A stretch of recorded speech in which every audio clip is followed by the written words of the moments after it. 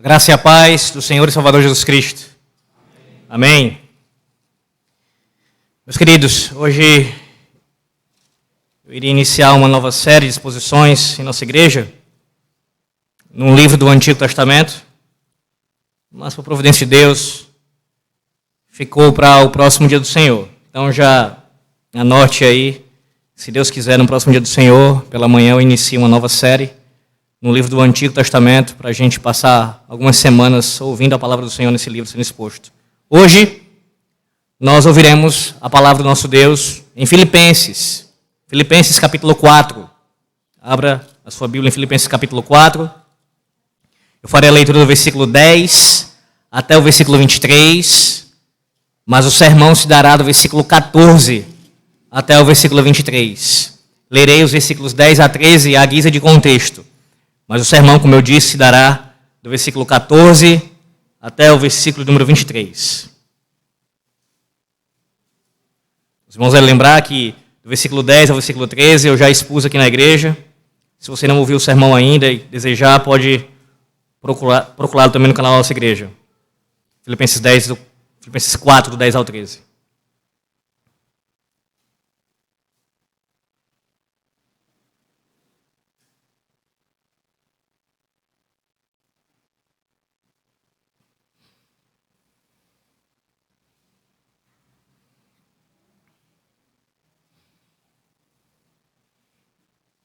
Assim diz o Senhor nosso Deus. Alegrei-me sobremaneira no Senhor, porque agora, uma vez mais, renovastes a meu favor o vosso cuidado, o qual também já tinhais antes, mas vos faltava oportunidade.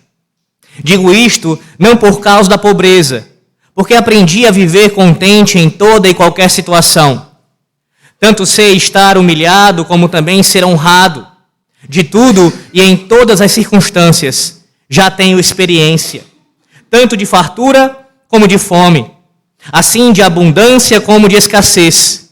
Tudo posso naquele que me fortalece. Todavia, fizestes bem, associando-vos na minha tribulação. E sabeis também vós, ó Filipenses, que no início do Evangelho, quando parti da Macedônia, nenhuma igreja se associou comigo no tocante a dar e receber, senão unicamente vós outros. Porque até para Tessalônica mandastes não somente uma vez, mas duas, o bastante para as minhas necessidades. Não que eu procure o donativo, mas o que realmente me interessa é o fruto que aumente o vosso crédito. Recebi tudo e tenho abundância. Estou suprido, desde que Epafrodito me passou às mãos o que me veio de vossa parte, como aroma suave, como sacrifício aceitável e aprazível a Deus. E o meu Deus, segundo a sua riqueza em glória, há de suprir em Cristo Jesus cada uma de vossas necessidades. Ora, a nosso Deus e Pai, seja a glória pelos séculos dos séculos. Amém. Saudai cada um dos santos em Cristo Jesus. Os irmãos que se acham comigo vos saúdam. Todos os santos vos saúdam, especialmente os da casa de César. A graça do Senhor Jesus Cristo seja com o vosso espírito. Amém. Oremos mais uma vez. Ó Deus, nós te damos graças pela tua palavra que acaba de ser lida mais uma vez. Senhor, te pedimos que o teu Santo Espírito fale aos nossos corações, como o Senhor falou pela manhã, como o Senhor já tem falado nessa noite. Ó Deus, brada dos altos céus, do teu trono de graça, e vem falar com o teu povo aquilo que o teu povo precisa ouvir, e que o teu nome seja glorificado, Senhor, que nós venhamos abundar ainda mais na alegria que há em Cristo Jesus, nesse contentamento bendito, e demonstrar isso especialmente através de uma santa gratidão a Ti e ao nosso próximo. Oramos, Senhor, em nome do Senhor Jesus Cristo. Amém. Ingratidão. Ingratidão para muitas pessoas, e talvez para você particularmente, seja uma das coisas que você mais tem dificuldade em lidar, com pessoas que são ou que foram ingratas com você ao longo da sua vida. E isso é mais difícil de lidar quando se trata de pessoas próximas a nós. Pessoas que nós tivemos algum contato maior ou caminhamos juntos por um longo tempo.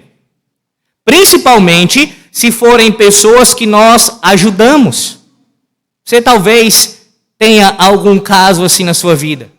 Alguém que você andou junto, alguém que você cooperou, ajudou, e essa pessoa ou essas pessoas foram ingratas com você.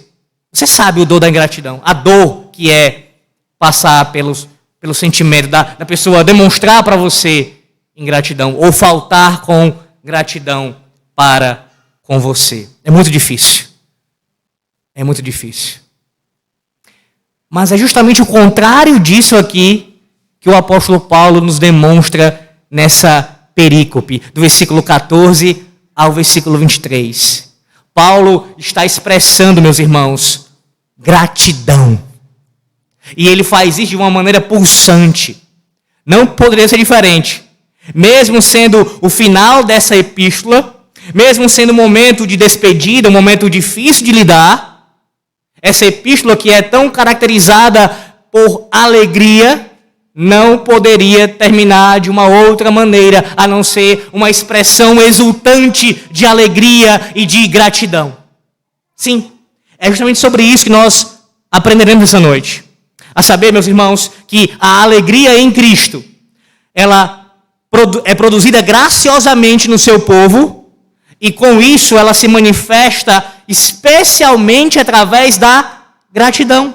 Sim, a alegria em Cristo, produzida graciosamente no seu povo, manifesta-se especialmente através da gratidão. Veremos em 3 partes. Veja, do versículo 14 ao versículo 17, nós veremos a gratidão pela cooperação da igreja.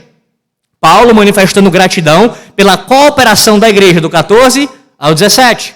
Do versículo 18 ao versículo 20, nós veremos Paulo manifestando sua gratidão, e essa gratidão, ela conduz à adoração a Deus. Uma gratidão que conduz à adoração a Deus, do 18 ao 20. Dos versículos 21 a 23, nós veremos aqui uma gratidão demonstrada na afetuosa saudação final, do versículos 21 a 23. Essa é a ideia principal dessa passagem.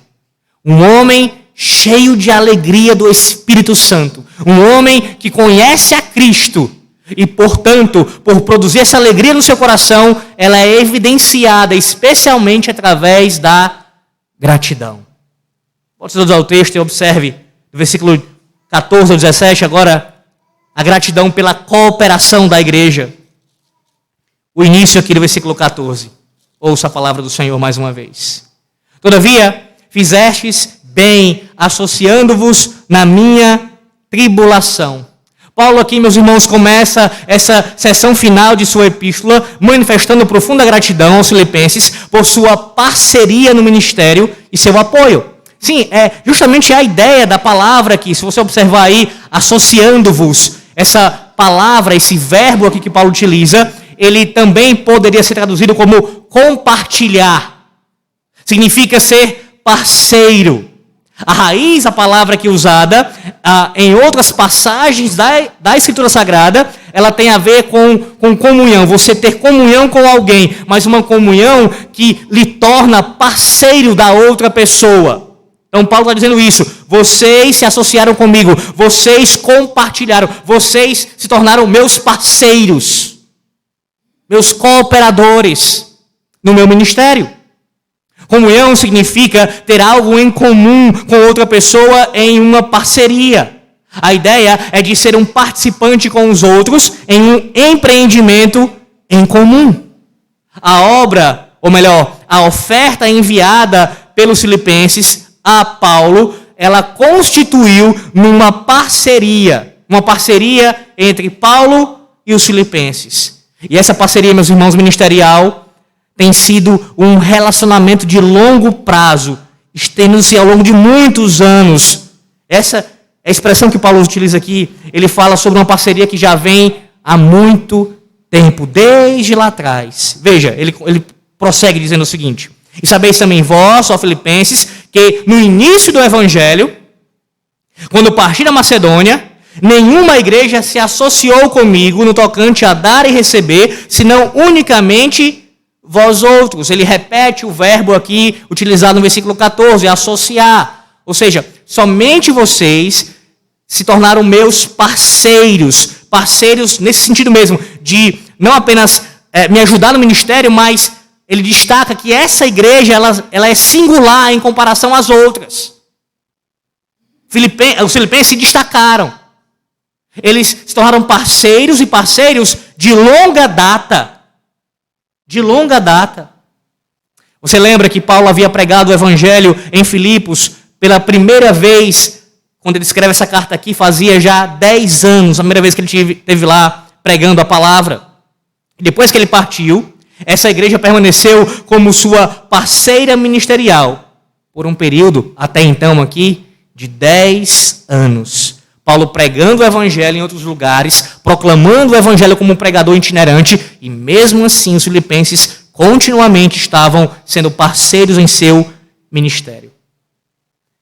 Não entenda essas palavras aqui do apóstolo Paulo como se indicasse as palavras que ele utiliza no versículo 15, dar e receber, como se fosse uma expressão grosseira, uma abordagem grosseira do ministério aqui. Por que eu digo isso? Porque a expressão dar, os verbos aqui, dar e receber, utilizados por Paulo, fazem referência a despesas e a ideia de recibos mesmo. Ele está falando nesses termos, em termos de negócios. Então, mas não entenda isso como uma abordagem grosseira do apóstolo Paulo. A ideia é que é um reconhecimento de que os filipenses estão investindo sabiamente ao aplicarem o seu dinheiro na obra do Senhor. O apoio financeiro que deram a Paulo havia sido registrado no céu e já está gerando uma taxa de retorno eterna de Deus para com eles. A linguagem dos negócios, mas de maneira nenhuma aqui Paulo está sendo grosseiro, mas apenas usando uma ilustração com o reino de Deus, isso. Mostrando o que os filipenses estavam fazendo traria lucros espirituais. E como veremos mais à frente, não apenas espirituais para as suas vidas. Paulo prossegue e diz: porque até para Tessalônica mandastes não somente uma vez, mas duas, o bastante para as minhas necessidades. Paulo prega em Filipos, lá em Atos capítulo 16, versículo 40. Ele sai de Filipos, nesse final do capítulo 16, e ele passa por Anfípolis e por também Apolônia, até chegar à cidade de Tessalônica, em Atos capítulo 17. E lá em Tessalônica, Paulo também prega o evangelho, e ali, como era já de costume lhe acompanhar, houve um grande alvoroço, um grande problema ali por parte daqueles que estavam rejeitando a pregação do evangelho. E ali mesmo, já em Tessalônica, veja, Paulo sai de Filipos e com pouco tempo em Tessalônica, os filipenses já demonstraram esse cuidado para com a sua vida, para com o seu ministério. Eles já estavam ofertando a Paulo nessa passagem de Filipos para Tessalônica. Sim, meus irmãos. Paulo está deixando claro para nós aqui o quão parceiros os filipenses foram e estavam sendo ainda no seu ministério. Em um momento difícil, quando precisava de ajuda financeira, esses irmãos estavam ali para lhe dar o apoio devido, enviando ofertas repetidamente, como parceiros, cooperadores do Evangelho de Deus. Não que eu procure o donativo, Paulo vai explicar agora. Mas o que realmente me interessa é o fruto que aumente o vosso crédito. Paulo faz uma ressalva importante aqui, de que o que ele deseja, acima de tudo, não é o dinheiro, não é a questão financeira, isso não é o seu foco principal. Ele não está interessado principalmente nisso como pregador do evangelho que ele é, mas sim a recompensa espiritual que está se acumulando para eles, para os filipenses. Sim, sempre que alguém investe em um empreendimento, você já deve ter passado por isso, você já investiu em alguma coisa na sua vida, essa pessoa que faz investimento, é legítimo usufruir dos lucros obtidos. Ora, se você investiu de forma legítima num negócio, é legítimo que você tire os lucros daquele negócio.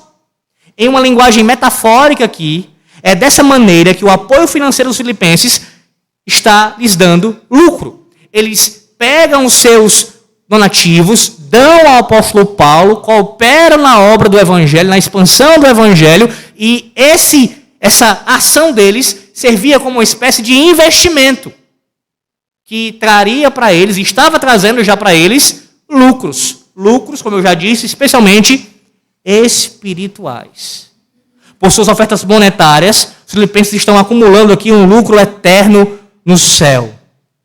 Esse princípio, meus irmãos, já foi ensinado antes desse texto aqui, pelo nosso Senhor Jesus Cristo. Num texto que já foi exposto neste púlpito não há muito tempo, em Mateus capítulo 6. Você lembra? Mateus 6, versículo 20, onde o Senhor diz: mas ajuntai para vós outros tesouros no céu, onde traça nem ferrugem corrói, e onde ladrões não escavam nem roubam. É um princípio bíblico.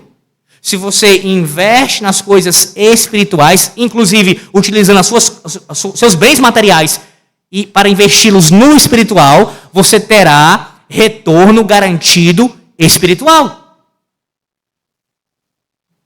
E é justamente isso que importa para o apóstolo Paulo aqui.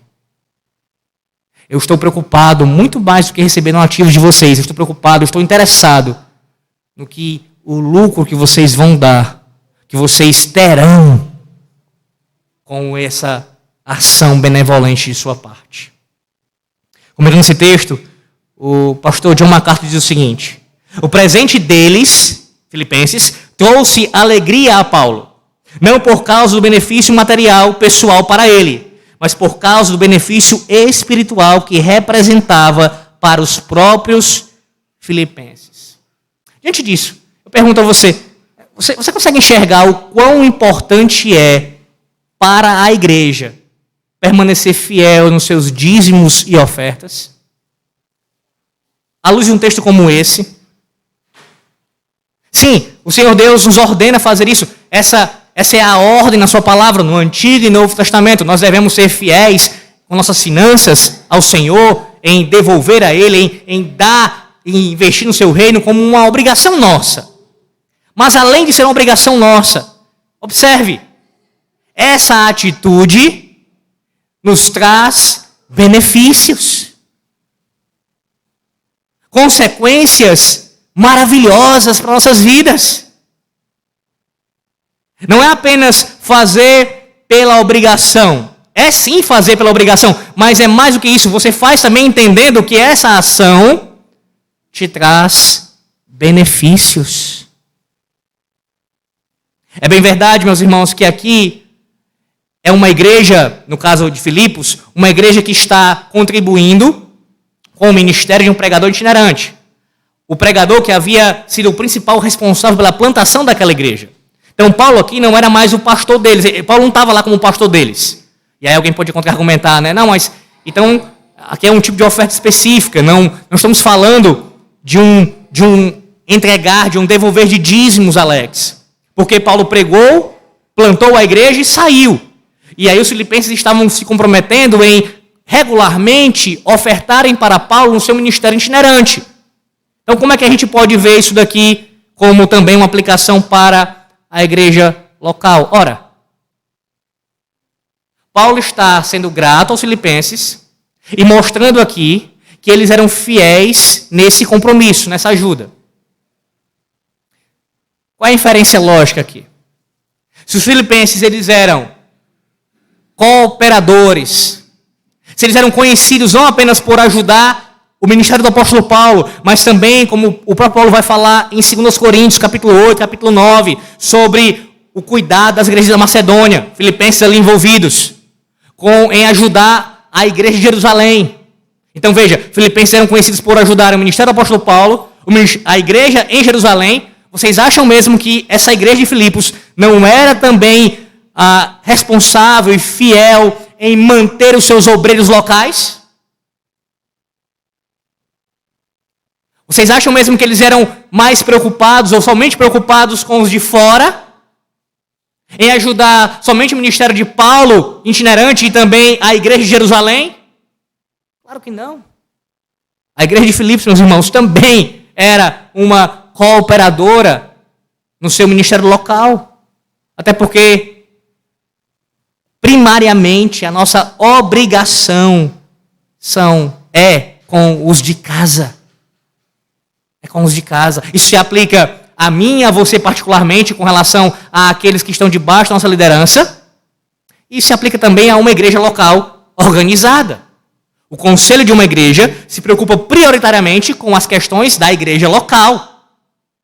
Com o sustento do ministro, com a ajuda aos necessitados, com tudo que envolve as despesas da igreja local. Só então depois, a igreja local vai se preocupar e vai contribuir, vai cooperar com outras questões fora dela.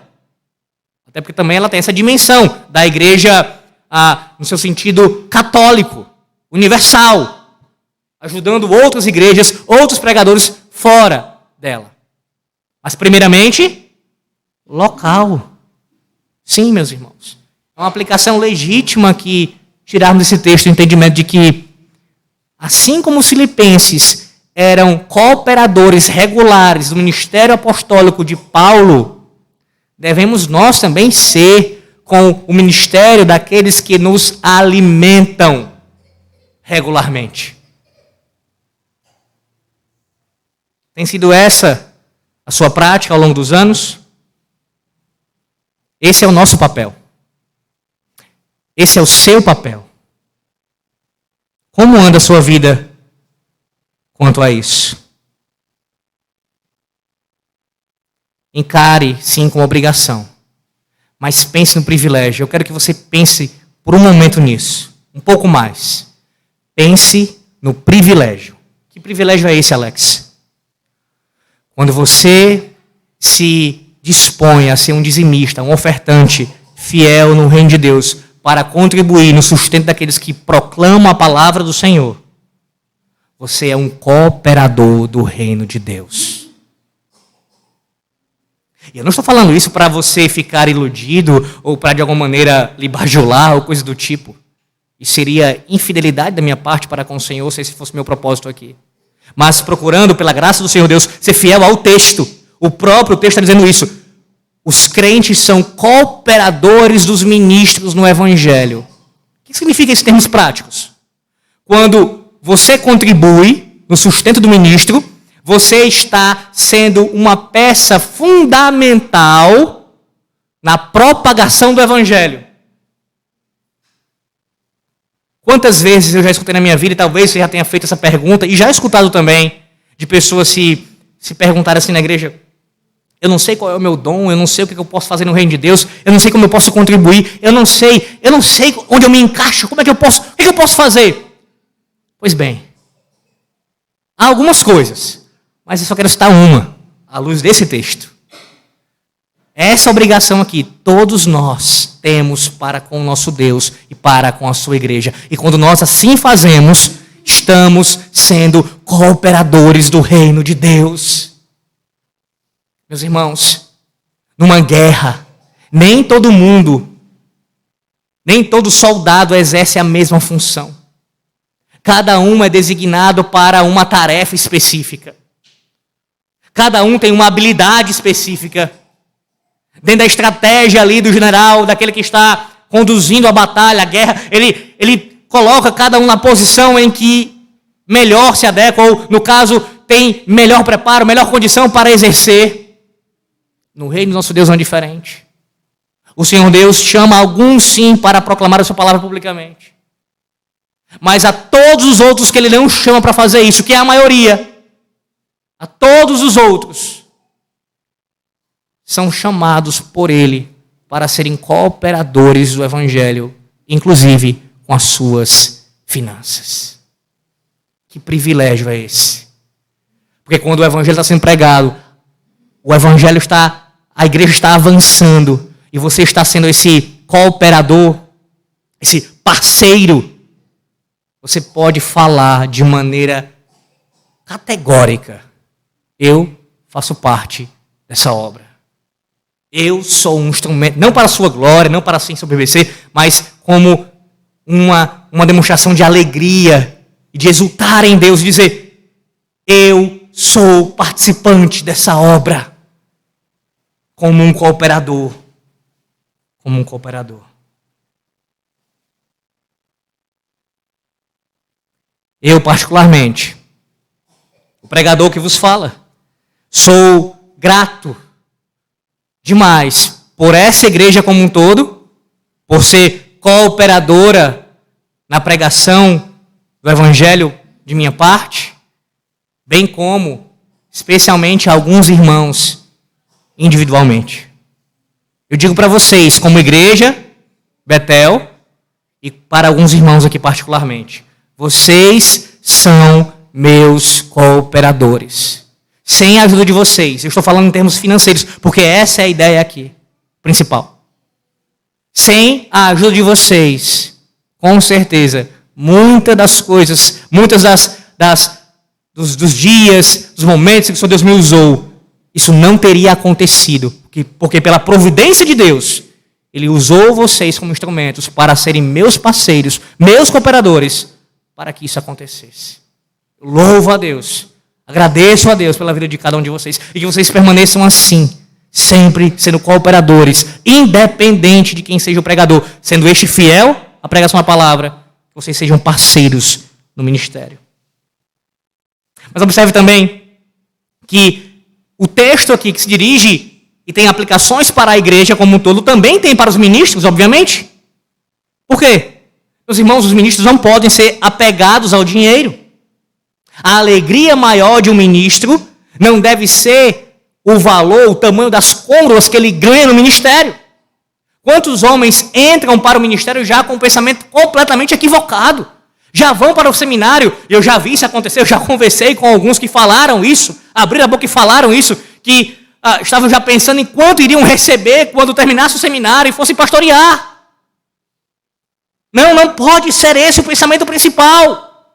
E aqui, por favor, não entenda a minha fala como se eu estivesse sendo hipócrita e dizendo que não deve haver uma preocupação com a questão financeira. É claro que deve existir. É legítimo. Eu estou falando que essa não deve ser a maior preocupação, o maior interesse de um pregador do Evangelho.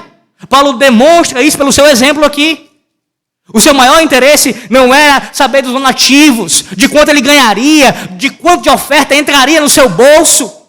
Mas o seu foco maior, o seu interesse principal era saber se havia fruto na vida dos filipenses.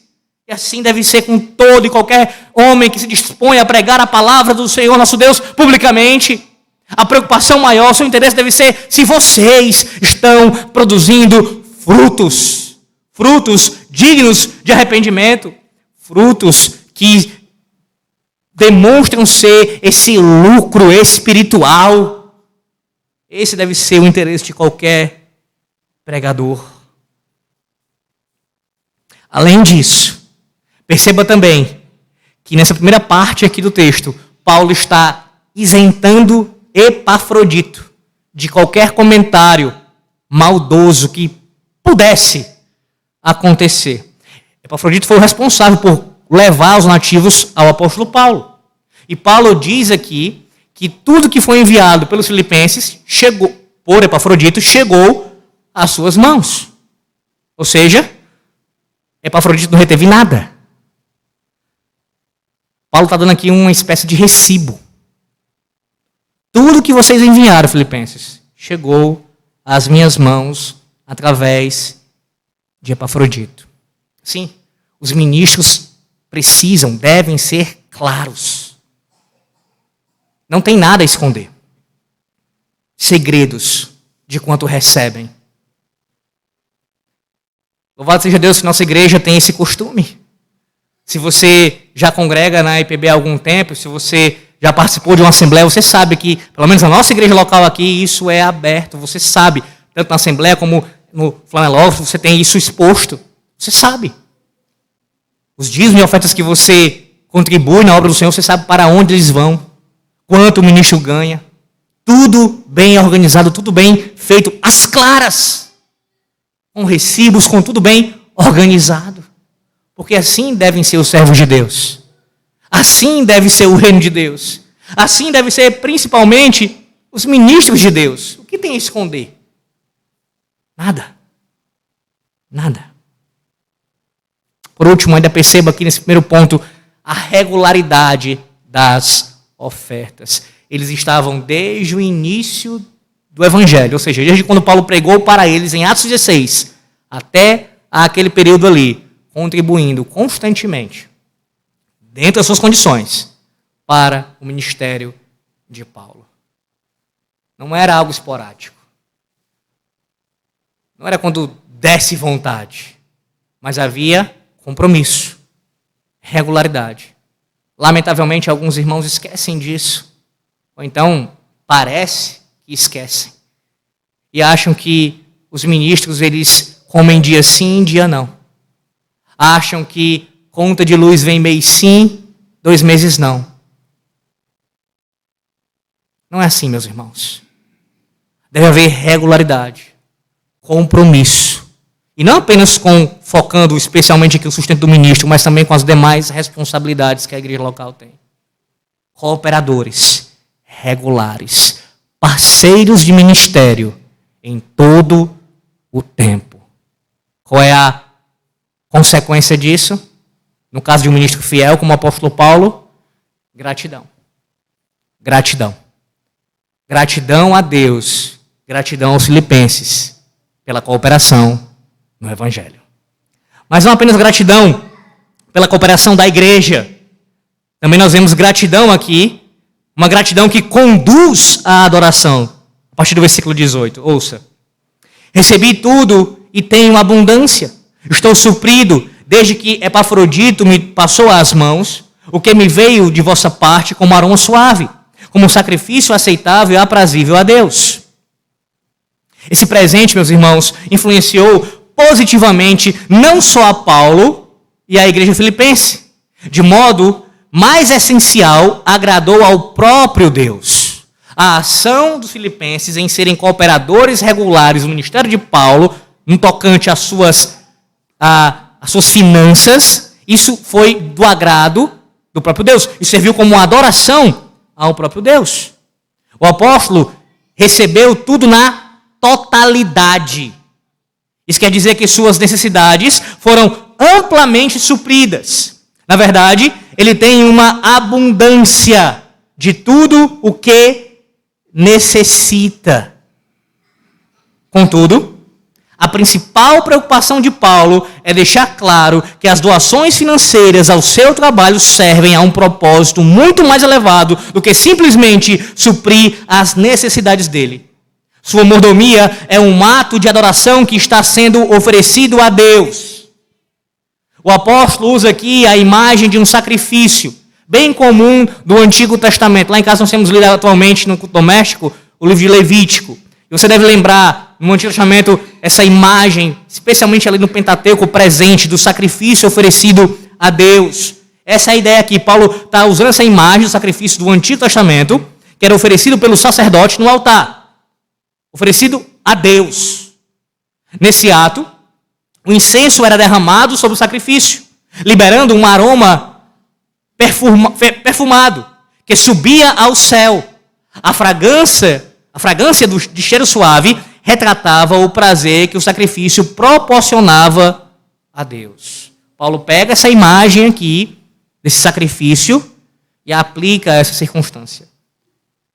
Da mesma forma, a doação dos cristãos filipenses é uma expressão da sua adoração a Deus, que é agradável a Ele.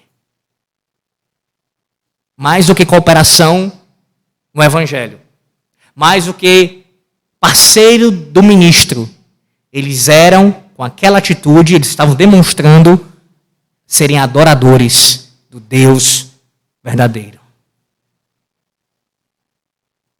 Quando você coopera no avanço do Evangelho, financeiramente falando, aqui o nosso foco, acima de qualquer outra coisa, mais do que o benefício do ministro, mais do que o próprio avanço do evangelho, mais do que o bem da igreja local. Acima de tudo, quando você coopera com suas orações, com seu engajamento, com sua força, com a sua vida, com as suas finanças, quando você coopera, isso é adoração a Deus. Veja o lugar das finanças que a Bíblia coloca de maneira muito clara. O dinheiro, meus irmãos, não deve ser o objeto do nosso culto. Você já ouviu aqui tantas vezes, inclusive nesse sermão que eu citei aqui no início de Mateus capítulo 6.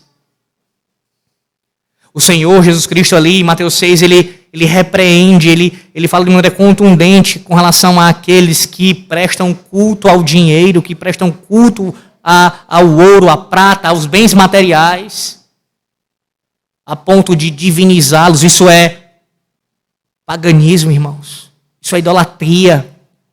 Nós não devemos de forma alguma nos prostrarmos aos bens materiais dessa forma.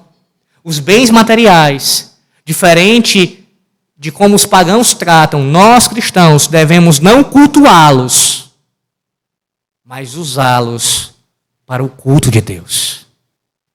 Eles devem servir como instrumentos para adoração a Deus. É assim que você usa bem o seu dinheiro. É dessa forma. Quando ele é um instrumento para cultuar ao seu Deus. E há várias formas. Uma delas, sendo um cooperador regular, um parceiro no ministério do Evangelho. O apóstolo Paulo prossegue e diz o seguinte: e o meu Deus, segundo a sua riqueza em glória, há de suprir em Cristo Jesus cada uma de vossas necessidades. Vem agora uma afirmação, meus irmãos, uma afirmação na forma de uma promessa anexada ao que ele acabara de dizer. Os filipenses não somente receberiam bênçãos espirituais no céu por suas ofertas, como Deus também supriria muitas de suas necessidades físicas nesta vida. Perceba que essa generosidade de Deus seria segundo a sua riqueza. Ou seja, o presente do Senhor seria proporcional aos seus amplos recursos. A promessa aqui descrita é importante e verdadeira, tanto individual como coletivamente. O Senhor Deus anexa uma promessa a isso e diz que vai suprir cada uma das suas necessidades, tanto espirituais quanto físicas. Sim, meus irmãos, Deus promete abençoar o seu povo, o povo do pacto, espiritual e fisicamente. Agora, não entenda isso de forma equivocada. O Senhor não promete na sua palavra que todos nós ficaremos ricos, financeiramente falando, materialmente falando. É claro que não. Há inúmeros pobres dentro do povo de Deus. Homens e mulheres que passarão sua vida inteira sem ter uma grande condição financeira. Talvez nunca terão sua casa própria, seu automóvel. Terão dificuldade de pagar suas contas básicas. Então a promessa aqui não é para você ser rico materialmente. Isso vai acontecer com todos vocês. Não é essa a promessa. Mas a promessa é, de acordo, inclusive, com o que o Senhor Jesus Cristo ensinou em Mateus capítulo 6. Que aquilo que é para a tua subsistência, aquilo que envolve o teu comer, o teu beber, o teu vestir, aquilo que envolve as necessidades básicas da tua vida, o Senhor promete te suprir. Nunca há de faltar. Pelo menos não no sentido de que você vai ficar sem essas coisas a ponto de uma coisa temporariamente você sofrer uma privação, mas você ficar sem elas durante o resto da sua vida. Você não vai ficar. Não vai. Muito menos alguém argumentar dizendo o seguinte: eu deixo de dizimar esse mês ou esses meses, ou de ofertar, porque eu temo não ter o que comer na minha casa. É duvidar dessa promessa. É duvidar dessa promessa. O Deus que exige que sejamos cooperadores materialmente no seu reino, e que está aqui falando pelo seu apóstolo, de maneira inspirada, com relação ao comportamento dos filipenses. O mesmo Deus que está prometendo isso daqui. Está dizendo o seguinte: se vocês forem fiéis nessa cooperação do Evangelho, não se preocupem, porque não vai ser esses 10%, não vai ser esse valor que você tira, que vai fazer faltar o pão na tua casa. Por quê? Porque eu mesmo me comprometo a suprir todas as vossas necessidades em Cristo Jesus. Nada vos faltará. Ou você não crê que eu sou o teu pastor? Ou você não crê que eu te conduzo às águas tranquilas, aos pastos verdejantes? Ou você não crê nisso, crente?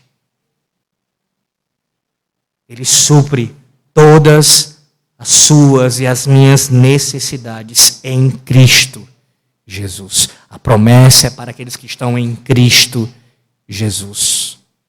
Se você está, não há o que temer. Não há o que temer. Meus irmãos, nós precisamos aprender ou voltar a ouvir mais sermões, mais ensinos sobre a mordomia cristã.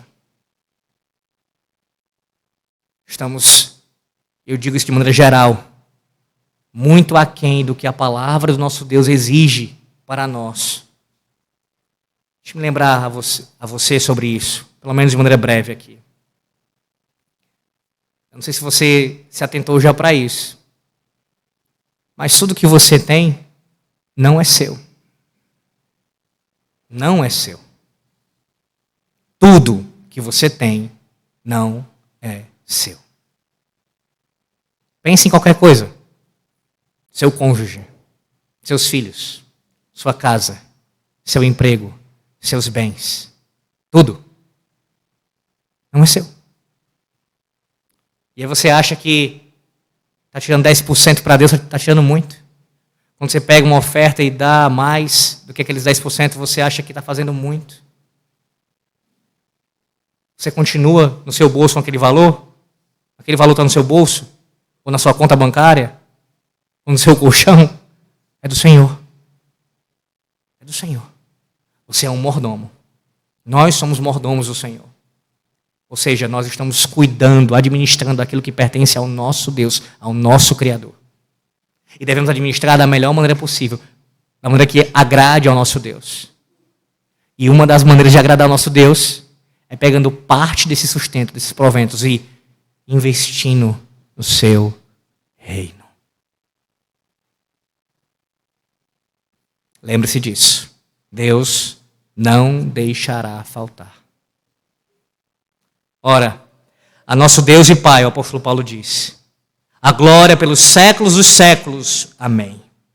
Paulo conclui esse parágrafo dando glória a Deus e exultando, meus irmãos. Essa é a resposta apropriada à teologia que ele ensinou nos versículos anteriores. Porque Deus supriu tão fielmente as necessidades de Paulo e promete prover aos filipenses, o apóstolo tem grandes motivos para oferecer-lhe louvor. Embora se encontre em uma situação difícil, Paulo estava preso, lembre-se disso. Esse é o contexto em que ele escreve a carta aos Filipenses.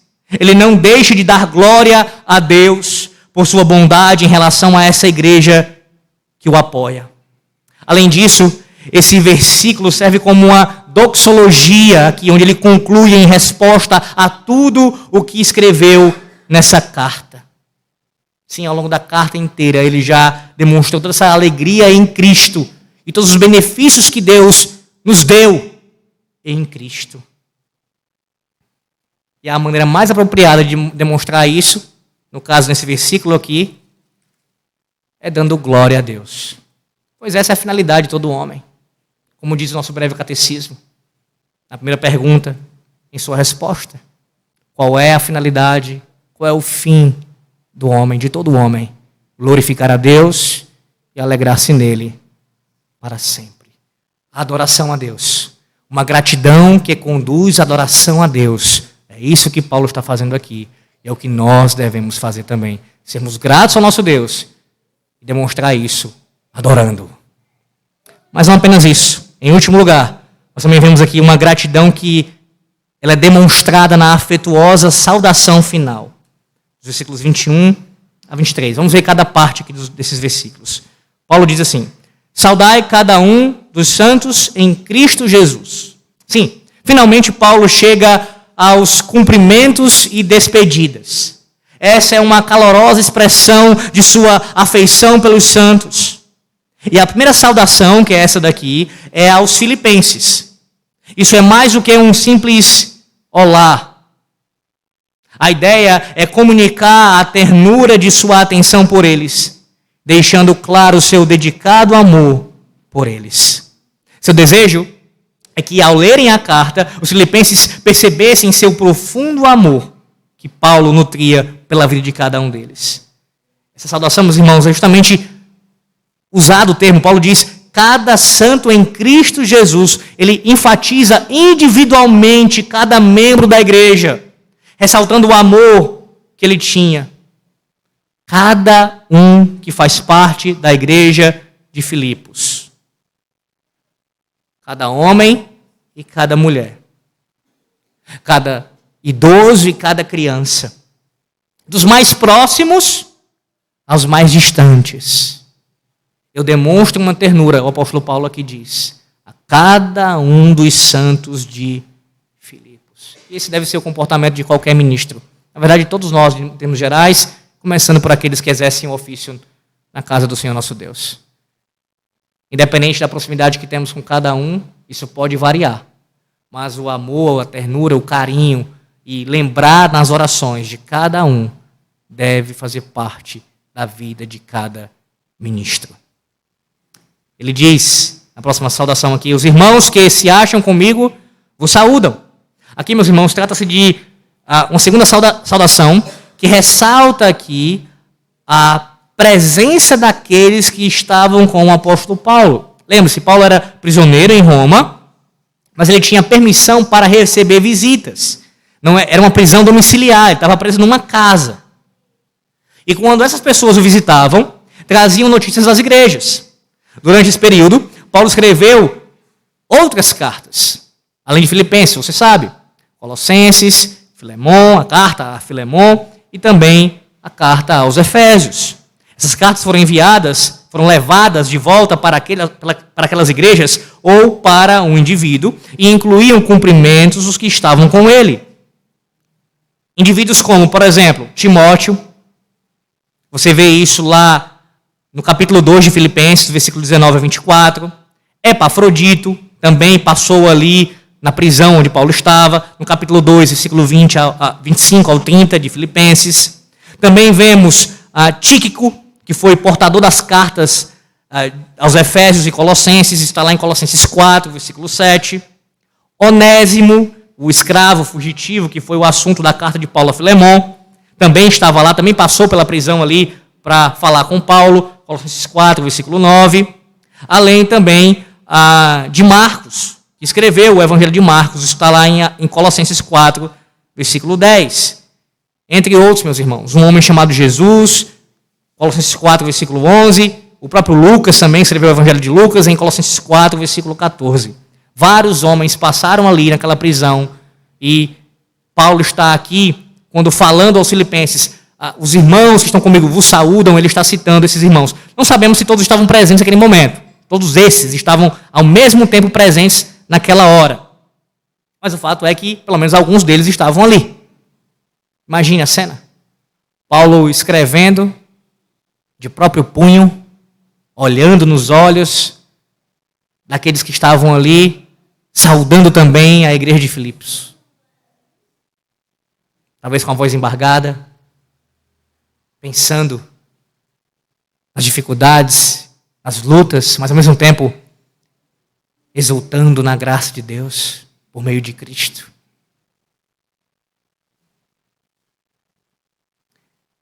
Todos os santos vos saúdam, ele segue. Refere-se aos crentes que estão em Roma. Agora Paulo fala dos crentes em Roma, na cidade de Roma. Alguns dos quais tiveram contato pessoal com ele em sua prisão domiciliar. Paulo, falando em nome deles, transmite suas saudações. Há um comentarista chamado Walter Hansen comenta dizendo o seguinte: soubessem ou não que Paulo estava falando em seu nome, eles estão incluídos na calorosa troca de cumprimentos.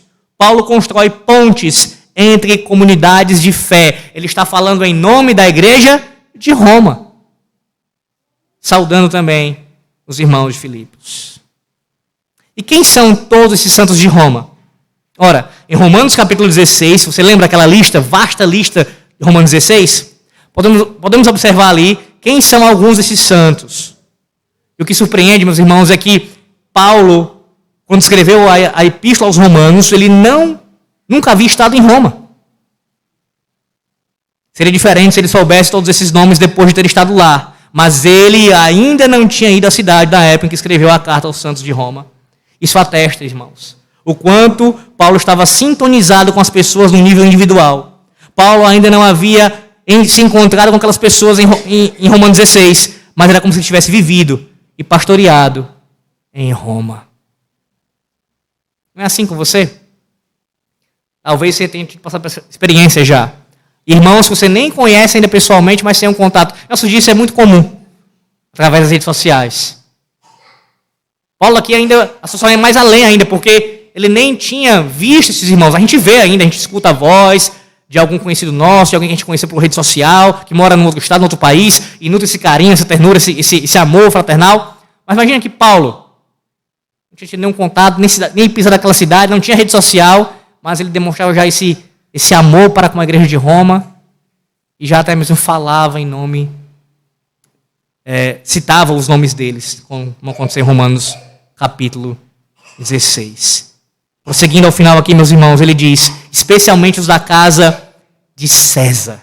Uma quarta e última saudação é enviada. Trata-se de um grupo de convertidos altamente improvável, composto por aqueles que servem na casa de César.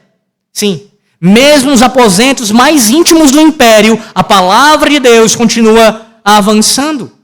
Isso representava um número significativo de pessoas, que incluía outros além da própria família de César, tais como escravos, cozinheiros, provadores de comida, músicos, zeladores, pedreiros, contadores, soldados, guardas, juízes, mensageiros e arautos.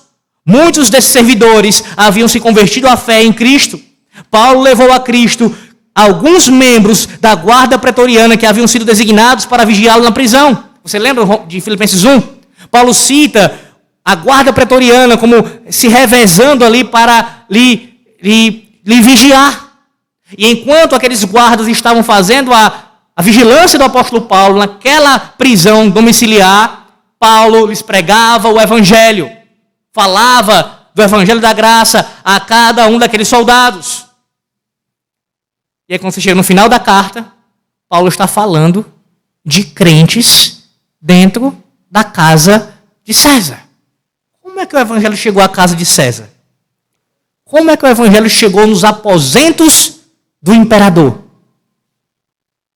Ora, um dos meios foi justamente essa pregação de Paulo à guarda pretoriana. Agora pare para pensar um pouco sobre isso. Veja a ironia da providência mais uma vez em atuação.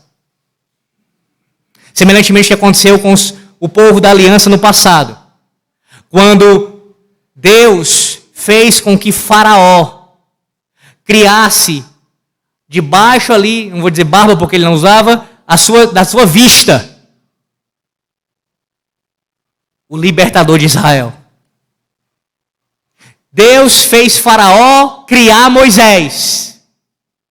O mesmo, no caso, a filha de Faraó, que iria libertar o seu povo e destronar o rei egípcio, demonstrando quem é Deus de verdade. Esse é um exemplo bíblico das muitas ironias da providência. Olha outro aqui. Deus usou Paulo, mesmo na cadeia, para levar o evangelho lá para dentro do império. Que providência maravilhosa, meus irmãos. O que pode deter o evangelho? O que pode barrá-lo? O que pode fazê-lo sucumbir? O que pode derrotá-lo? Nada. Absolutamente nada. E nem ninguém. Não há faraó do Egito, não há César de Roma, não há nenhum déspota da história, nem outro que possa se levantar, nem mesmo o anticristo de Roma pode destruir o evangelho de Cristo, porque ele é vencedor, nada pode detê-lo. E ao longo da história que nós temos visto, o Senhor, através da proclamação pública da palavra dele, do seu santo evangelho, tem conduzido o seu reino de tal forma que ninguém, nenhum inimigo tem o parado. Pelo contrário, tem sucumbido diante da sua força e do seu poder. Foi o que aconteceu com o império. O evangelho entrou dentro do império e desbaratou por completo. Sim. Os filipenses ouviriam quando lessem aquela carta, quando a carta fosse lida, eles ouviriam que havia santos na casa de César. Santos na casa de César. O apóstolo conclui: a graça do Senhor Jesus Cristo seja com o vosso espírito. Paulo faz uma súplica aqui no final. A graça do Senhor Jesus Cristo é a fonte e o batimento cardíaco da vida cristã. Paulo deseja que eles saibam mais a respeito dessa graça santificadora. A graça que lhes permitirá viver com alegria e de uma maneira que glorifique a Deus. Essa carta maravilhosa, cheia de alegria e exaltação a Cristo, termina agora do mesmo jeito que começou. Com ênfase na graça de Deus, sendo ainda mais plenamente derramada sobre o seu povo. Do novo nascimento aos novos céus e nova terra. A vida cristã é inteiramente uma vida de graça. Do começo ao fim, tudo é, meus irmãos. Isso não é um chavão, isso é uma verdade bíblica. Tudo é pela graça.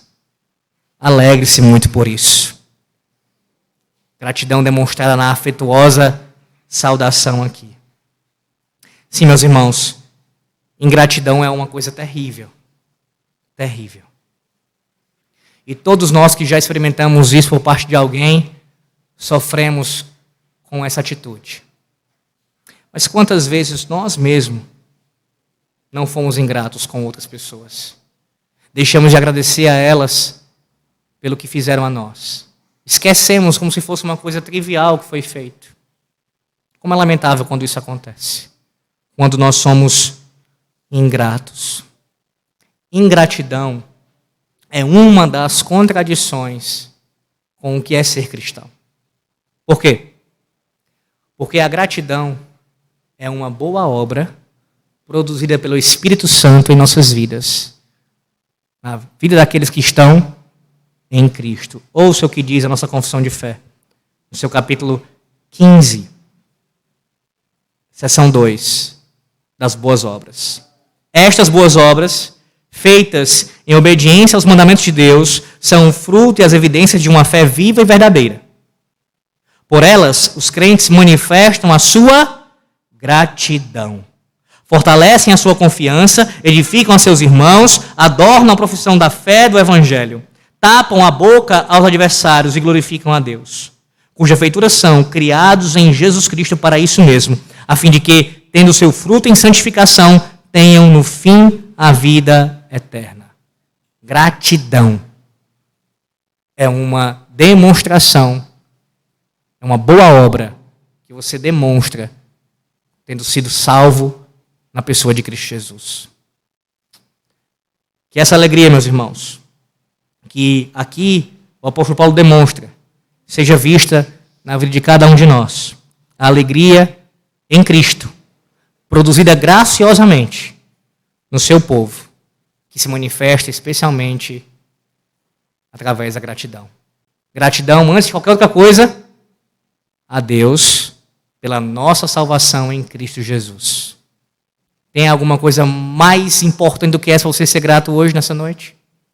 Nesse dia do Senhor que te lembra da ressurreição do teu Senhor e Salvador? Do que Ele fez por ti?